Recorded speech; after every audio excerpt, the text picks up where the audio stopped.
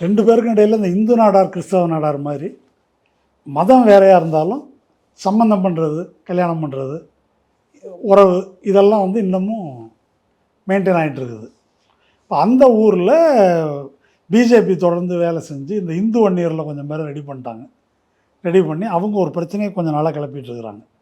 அந்த ஊரில் ஒரு மாரியம்மன் கோயில் இருக்குது, ஒரு அந்தோணியார் கோயில் இருக்குது. என்ன, இது ரெண்டுக்கும் நடுவில் ஒரு இடம் இருக்குது. அந்த இடம் வந்து அரசு புறம்போக்கு. அந்த இடத்துல இந்த கோயில் வேலை, மாரியம்மன் கோயில் வேலை பார்த்துட்டு அது மிச்சமான கல் சிலதெல்லாம் போட்டு வச்சுருக்குறாங்க. ஓட்ட உடச்சல் கல். சாயங்காலம் பசங்க உட்காந்து ஆடு புள்ளி ஆட்டம் ஆடுற இடம் அது ஆக்சுவலாக.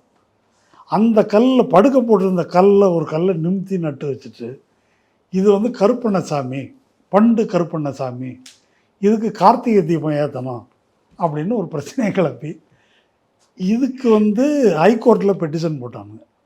ஹைகோர்ட் நீதிபதி யாருன்னாக்கா நம்ம திருப்பரங்குன்றத்துக்கு தீர்ப்பு சொன்ன நீதிபதி ஜிஆர் சாமிநாதன், அவர்கிட்ட வருது.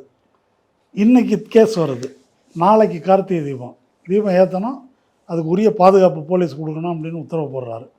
போலீஸ் என்ன செய்யுது, இது பஞ்சாயத்து ஆகிடும், அந்த இடம் ஏற்கனவே விவகாரம், அதனால் 144 போட்டு யாருக்கும் அனுமதி கிடையாதுன்னு சொல்லிடுது. உடனே நீதிபதி காண்டாக்டார். காண்டாகி கண்டெம்ட் 2 பேரும், யார் கலெக்டரு எஸ்பி 2 பேரும் நேராக கோர்ட்டுக்கு வாங்கன்னு கண்டெம்ட்டு கேஸ் எடுத்து பண்ணிகிட்ருக்காரு. அந்த ஊர் கிறிஸ்தவ சமூகத்தினர் இருக்காங்க இல்லையா, அவங்க கோர்ட்டுக்கு அலைஞ்சிட்ருக்கிறாங்க. இப்போ இங்கே வந்து ஜோசப் விஜய் அப்படின்னு ஒரு பேசுகிறாரு, கதை சொல்கிறாரு, பாழ்நிலத்தில் விழுந்தேன் ராஜாவாயின்னு. இந்த பிரச்சனைக்கு ஒன்றுமே பேசலையே, இதில் எது சரி தப்பு? இன்றைக்கி தான் கிறிஸ்மஸ்ஸு,